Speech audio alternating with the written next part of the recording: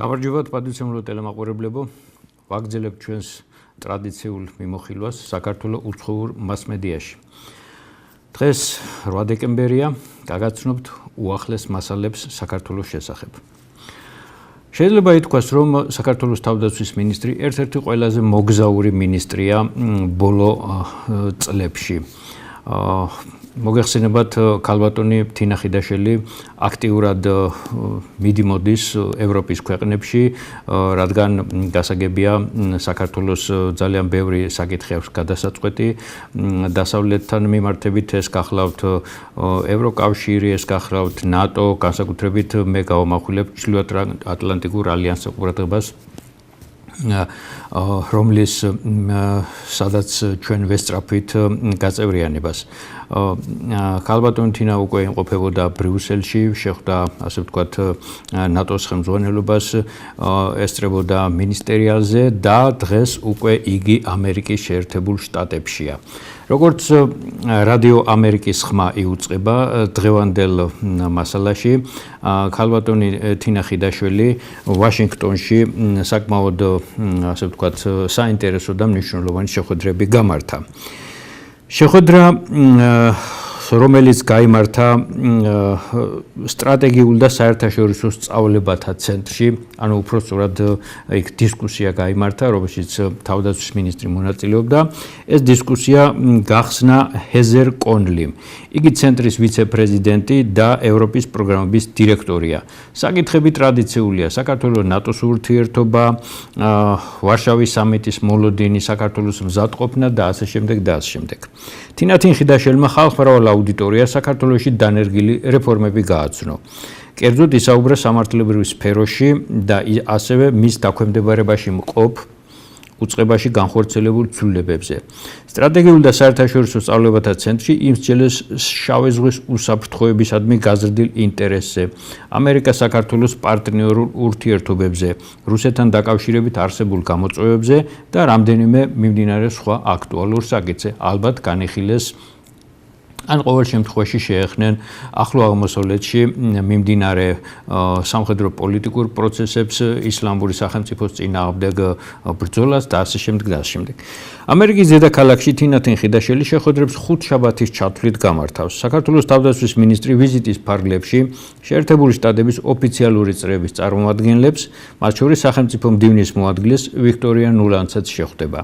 დაგეგმილია შეხვედრები ამერიკელ კონგრესმენებთან, სენატორებთან და ადგილობრივი აკადემიური წრეების წარმომადგენლებთან, ეს გახლავთ სამეცნიერო-კვლევითი ფონდები, სხვადასხვა ანალიტიკური ცენტრები და ასე შემდეგ. ანუ შეიძლება ითქვას, რომ საქართველოს თავდაცვის მინისტრის ვიზიტი ამერიკის შეერთებულ შტატებში საინტერესო და უნდა იმედი ჰქონდეს შედეგიანი იქნება. კიდევ ერთი მასალა ამერიკის ხმის ამჯერად რუსულენოვანი რედაქციისა, რუსულენოვანი სამსახურისა, ანუ როგორც იტყვიან გოლოს ამერიკის ინფორმაცია, უпростоრად მასალა, ეს გახლავთ მასმედიის თემაზე. რუსული ტელეარხების მაუწყებლობის აკრძალვა საქართველოში, ექსპერტთა თვალსაზრისები. როგორც ცნობილია, საქართველოს კულტურის ყოფილმა მინისტრმა ნიკა რურუამ სარჩელი შეიტანა საკონსტიტუციო სასამართლოში საქართველოს ტერიტორიაზე რუსეთის ტელევიზიის მაუწყებლობის აკრძალვის თაობაზე. მხედველობაშია რუსეთის სახელმწიფო ტელევიზიები, ეს გახლავთ პირველი არხი, ეს გახლავთ რასია, ასევე TV ცენტრი და ასე შემდეგ საკმაოდ ბევრი სახელმწიფო ტელეკომპანიებია რუსეთში. ნიკა რურუას აზრით არ შეიძლება, რომ რუსული ტელეარხების პროპაგანდა საქართველოს ტერიტორიაზე ვრცელდებოდეს, ისინი საფრთხის შემცველია და იმ დროს, როცა რუსეთს საქართველოს ნაწილი აქვს ოკუპირებული. რა თქმა უნდა, აკრძალვა არ შეეხება სხვა რუსულ ტელეკომპანიებს, რომელთაც თავისუფალი მაუწყებლობა გააჩნიათ. ანუ შეიძლება ითქვას, ისინი არ არიან საინფორმაციო ხასიათის, შეიძლება ითქვას გასართობი არის და ასე შემდეგ. აღსანიშნავია, რომ საქართველოს ხელისუფლებამ მიხეილ სააკაშვილის პრეზიდენტობის დროს 2008 წელს მომხდარი საქართველო-რუსეთის ომის შემდეგ რუსული ტელეარხების მაუწყებლობა ერთხელ უკვე გათიშა. თუმცა მოგვიანებით ხელისუფლების შეცვლის შემდეგ საკაბელო ოპერატორებმა რუსული არხების ტრანსლირება ისევ აღადგინეს. საინტერესოა, რას ამბობენ ქართველი მედია ექსპერტები ამ სარჩელთან დაკავშირებით. როგორც ერთ-ერთი მედია ექსპერტი ია მამალაძე, მედია მონიტორინგის ქართული ცენტრის ხელმძღვანელი აღნიშნავს, გინდათ რომ აკრძალვა დააწესონ და გინდათ რომ რუსულ ტელეარხებს მართლაც პროპაგანდისტული ხასიათი ჰქონდეს, იგი წინააღმდეგია მათი აკრძალვისა. მთავარი არის რომ ამ პროპაგანდას საქართველოს ასევე კონტრპროპაგანდა დაუპირისპიროს, თორე აკრძალვით საქმე არ გამოსწორდება. ვისაც სურს, ის მაინც ნახავს სხვადასხვა საშუალებებით, ეს იქნება ინტერნეტში, ეს იქნება თეფშით, ასე ვთქვათ, თანამგზავრული მიმღები ანტენით თუ ასე შემდეგ. ანუ პრინციპში ქალბატონი ია მამალაძე ამბობს, რომ საქართველოს უნდა შეიმუშაოს სტრატეგია რუსეთის ტელეკომპანიების პროპაგანდის, ანტიქართული პროპაგანდის საწინააღმდეგოდ.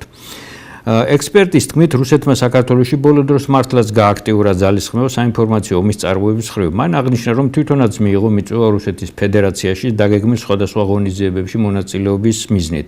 ამასთან გზავრობისა და სასტუმროში ცხოვრების ხარჯებს რომელიღაც რუსული ორგანიზაციები უზრუნველყოფენ. როგორც ია მამალაძემ განაცხადა, მას ეჭვია აქვს, რომ ამ ორგანიზაციების საქმიანობამ საქართველოში რუსეთის ხელისუფლება აფინანსებს და ისინი ეგრეთ წოდებული რბილი ძალის სტრატეგიის ნაწილს წარმოადგენენ. ალბათ ამ მათ საქმიანობით საქართველოს სპეცსამსახურები უნდა დაინტერესდნენ. კიდევ მასალაში მოყვანილი არის აგრეთვე კიდევ ერთი ექსპერტის, გაზეთ რეზონანსის მთავარი რედაქტორის ლაშა ტუღუშის თვალსაზრისი. მისი თქმით, რუსეთის სახელმწიფო ტელეკომპანიის მაუწყებლობის აკრძალვის საკითხი საკმაოდ რთულია. ალბათ სანამ სარჩელი საკონსტიტუციო სასამართლოში შევიდოდა, უმჯობესი იქნებოდა საკითხი საფუძვლიანად შესწავლილიყო. მათ შორის იმ მიმართულებითაც, თუ როგორ გავლენას ახდენს რუსული ტელეპროპაგანდა საქართველოს მოსახლეობაზე. ამ დროს იგი გოლოს ამერიკის კორესპონდენტთან საუბრისას იხსენებს, რომ იგი თვითონაც მონაწილეობდა ერთ-ერთ კვლევაში, რომელიც შეეხებოდა საქართველოს საზღვრისპირა რეგიონების მოსახლეობაზე რუსული ტელემაუწყებლობის გავლენას. და როგორც იგი ამბობს, ამ კვლევის შედეგებით გაერკვა, თუმცა კვლევა ჯერ დასრულებული არ არის საბოლოოდ, კვლევის წინასწარი შედეგებით გაერკვა, რომ იმ მოსახლეობამ, რომელ რეგიონშიც არიციან ქართული ენა კარგად და ძირითადად რუსულ ენაზე არიან გადასული, მათთვის რასაკვირველია რუსულ ტელეარხებს მნიშვნელობა აქვთ. და სწორედ ამ რეგიონებში შეიმჩნევა მოსახლეობის მკვეთრი ანტიდასავლური განწყობები, განსაკუთრებით საქართველოს ნატოში გაწევრიანების თვალსაზრისით. ანუ პრინციპში შეიძლება ითქვას, რომ რუსული ტელემაუწყებლობა გარკვეულ გავლენას ადამიანების გონებაზე, თვალსაზრისზე და მათ ცნობიერებაზე ასე თუ ისე მაინც ახდენს.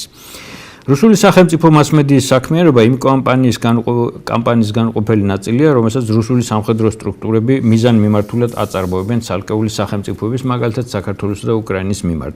ეს ისეთი იარაღია, რომელიც ტყვიას არ ისვრის, მაგრამ მიზანში ცეცხლსასროლ იარაღზე უკეთესად ხვდება, ამბობს მედია ექსპერტი რადიო გოლოს ამერიკის კორესპონდენტთან ნესტან ჩარკვიანთან საუბარში.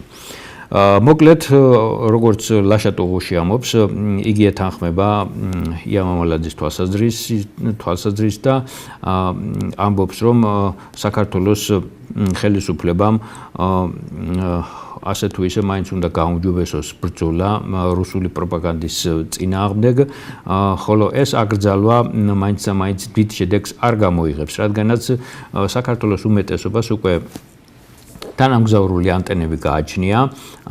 მოგეხსენებათ, წინა წლებში ეს თანამგზავრული ანტენები ძალიან შეღავათური ფასებით დარიგდა მოსახლეობაში და აქედან გამომდინარე ყველა ადამიანს თავისუფლად შეუძლია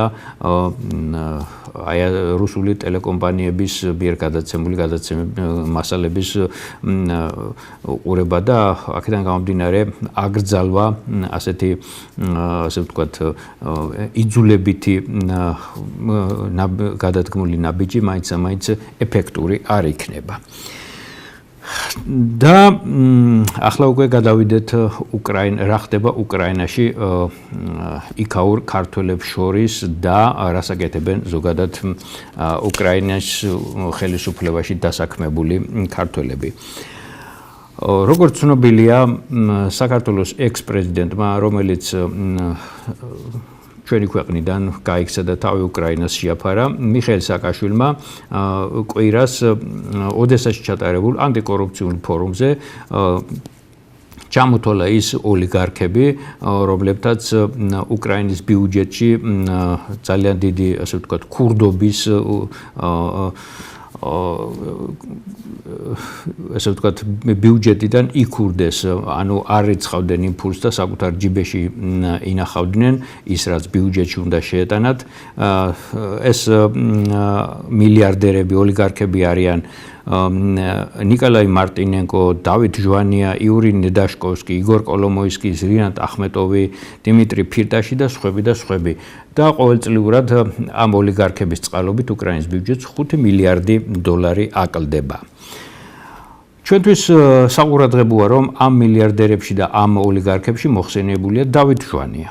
მოგეხსენებათ, დავით ჟვანია უკრაინელი პოლიტიკოსია, საკმაოდ ცნობილი ბიზნესმენი, იგი პარლამენტის წევრიც იყო, ანუ ვერხოვნა რადას წევრი და სხვადასხვა წყაროებით და ჩვენც კარგად გვახსოვს, რომ თავის დროზე, როცა მიხეილ სააკაშვილი საქართველოს პრეზიდენტი გახლდათ, მათ შორის საკმაოდ მეგობრული ურთიერთობა არსებობდა. რამ გამოიწვია მიხეილ სააკაშვილსა და დავით ჟვანიას შორის ასეთი განხეთქილება? სწორედ ამ თემაზეა Ukrainskaya Pravdashi ეს პოპულარული გამოცემა უკრაინაში Ukrainskaya Pravdashi გამოქვეყნებული დავით ჟვანიას ინტერვიუ, რომელიც კორესპონდენტი ცდილობს გაერკვეს რა დამოკიდებულება აქვს დავით ჟვანიას მიხეილ სააკაშვილთან მიმართებით. საუბარი შეეხო უკრაინის ხელისუფლებას, მინისტრთა კაბინეტის საქმიანობას არსენ იაცენიუკს, მოგეხსენებათ მიხეილ სააკაშვილი დაპირისპირებულია არსენ იაცენიუკთან და კორესპონდენტი ეკითხება დავით ჟვანიას, რომ თავის დროზე არსენ იაცენიუკთან დავით ჟვანია კარგად იყო, მეგობრულად იყო და ახლა როგორ შეაფასებდა მის საქმიანობას.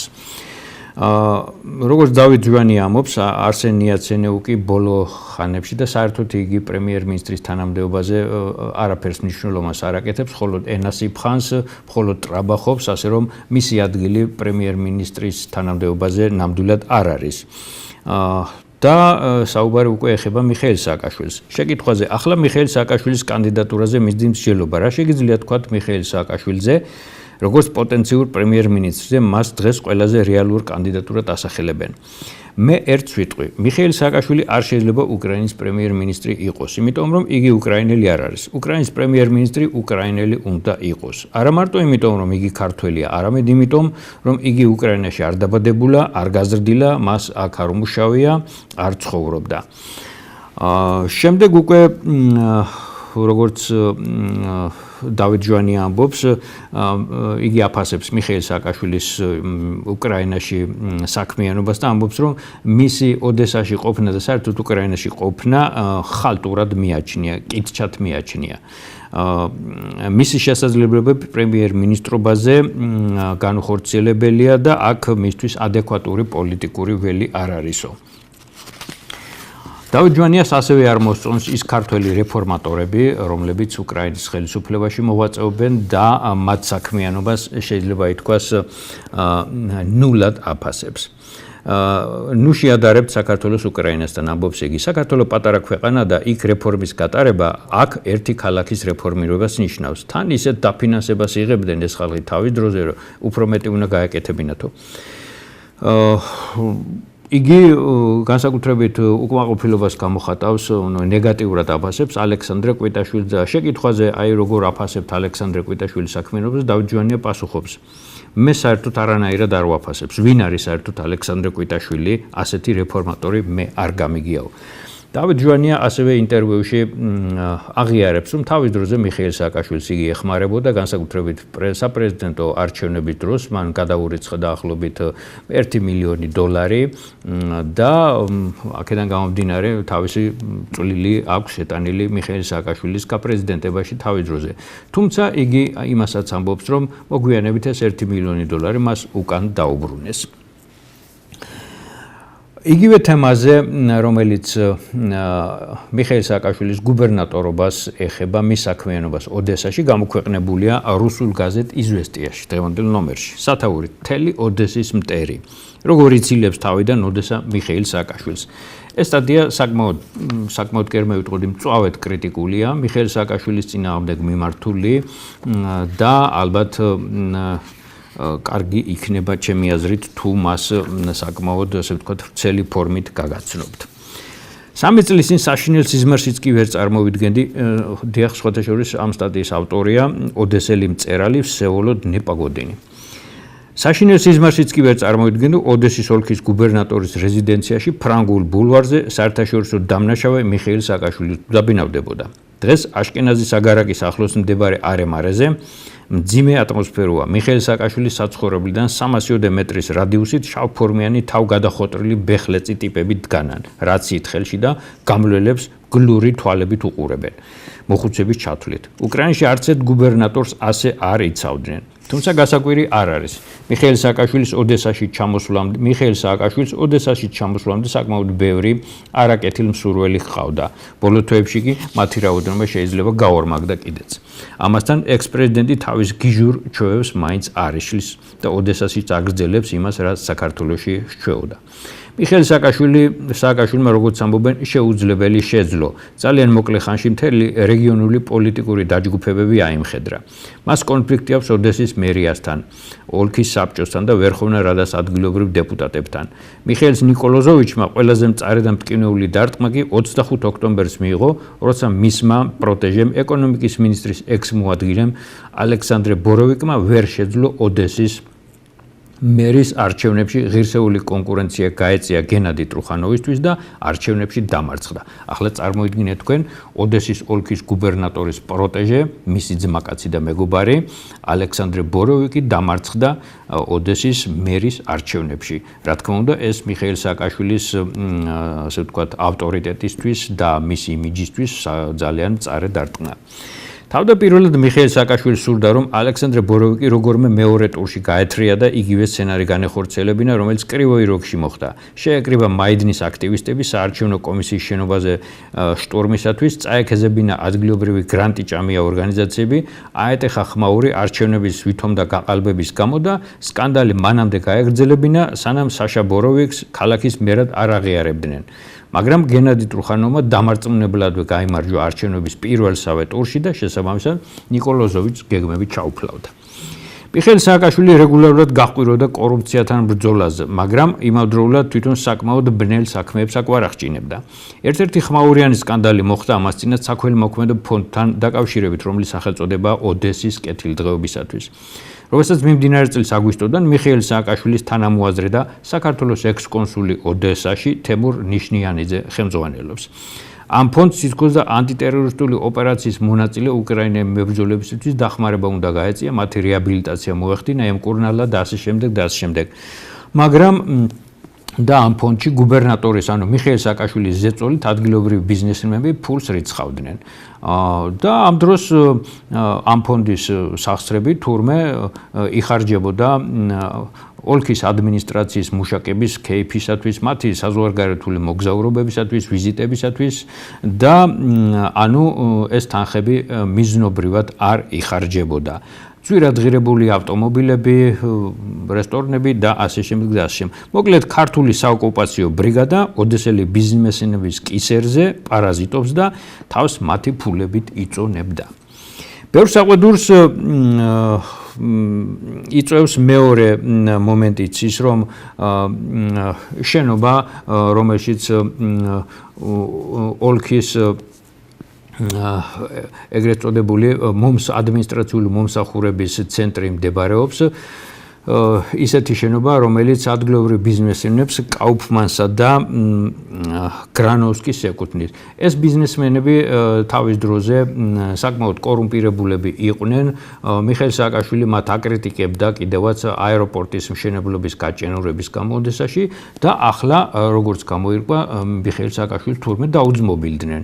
და აქედან გამომდინარე მიხეილ სააკაშვილის მრისხანების ისრები მათკენ უკვე აღარ არის მიმართული, ის კი არა და თურმე მათ კუთვნილ შენობას ადმინისტრაციული მომსახურების ცენტრიც კი იჯარით იღებს.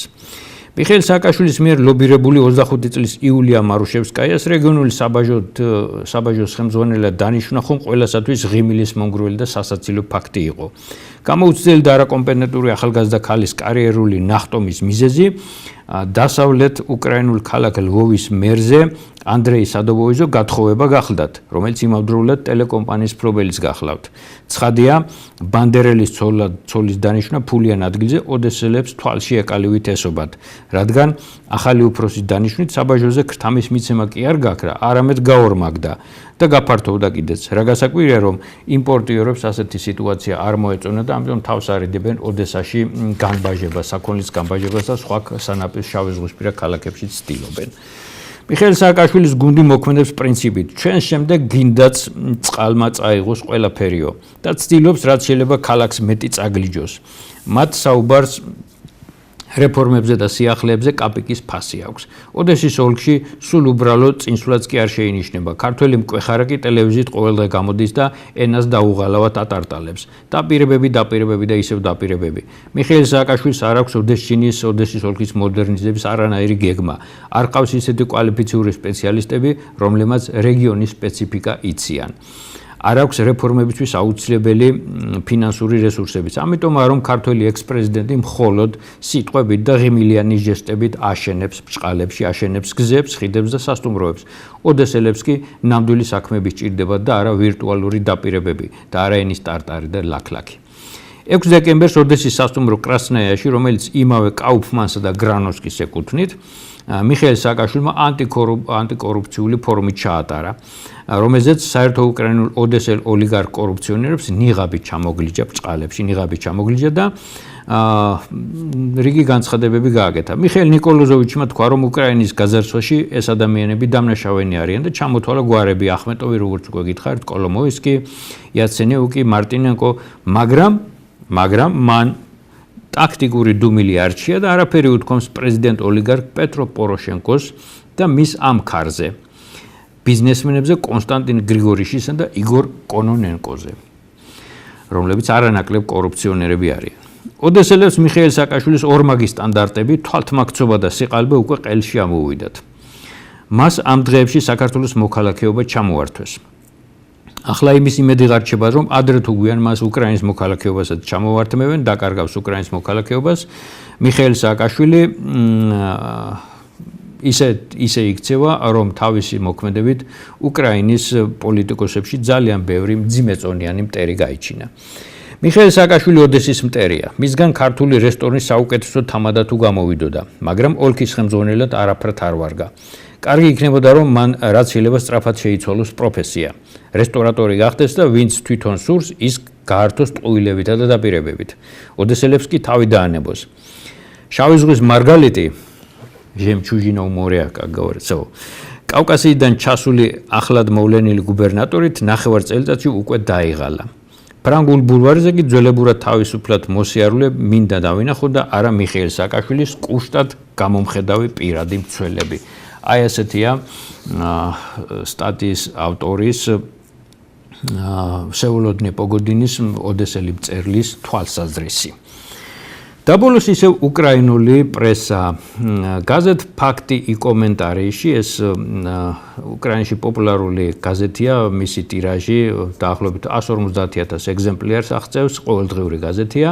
გამოქვეყნდა შეიძლება ითქვას სარეკლამო პროპაგანდისტული მასალა საქართველოს შესახებ, რომელიც პრინციპში დადებითია, რასაკვირველია და მიზნად ისახავს უკრაინის მოსახლეობაში საქართველოს სტუმართმოყვარეობის, საქართველოს ბუნების და ტურისტული ინფრასტრუქტურის, ტურისტული პოტენციალის რეკლამირებას.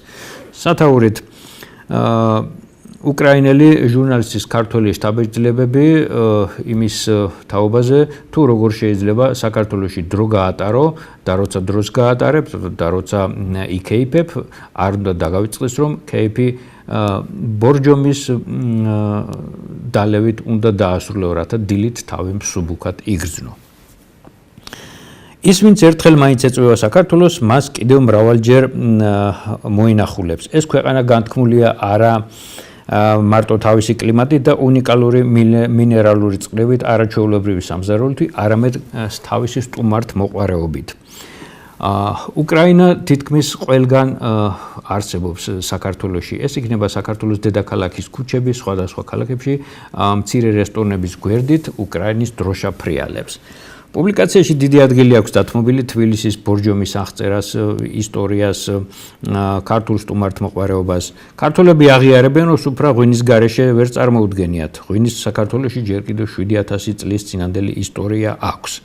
და ავტორი ამ დროს ფართოდ გადმოგცემს ქართული სუფრის ტრადიციებს, თამადის მოვალეობებს, ღვინის სტილს. საქართველოში ლოთები არ არიან, საქართველოში ქართველები არ თვრებიან, ხას უსვამს ავტორი. გადმოგცემს ქართულ სიმღერებს, გარდა ამისა პუბლიკაციაში ყურადღება აქვს დათმობილი ქართულ სამზარეულოს კერძების მომზადებას და სტატია სრულდება ასეთი ფრაზით. ბევრი ქართველი, რომელიც სიყვარული და მეგობრული გრძნობებით ახსავს ეს ავდაგრძელვებს, ამბობენ, აღიარებენ, რომ უკრაინა მათთვის დიდი ხანია მეორე სამშობლოდ იქცა. აი ასეთია დღევანდელი უცხოური მასმედია საქართველოს შესახებ. მე დაგემშვიდობებით, დროებით კარგად ბრძანდებოდეთ.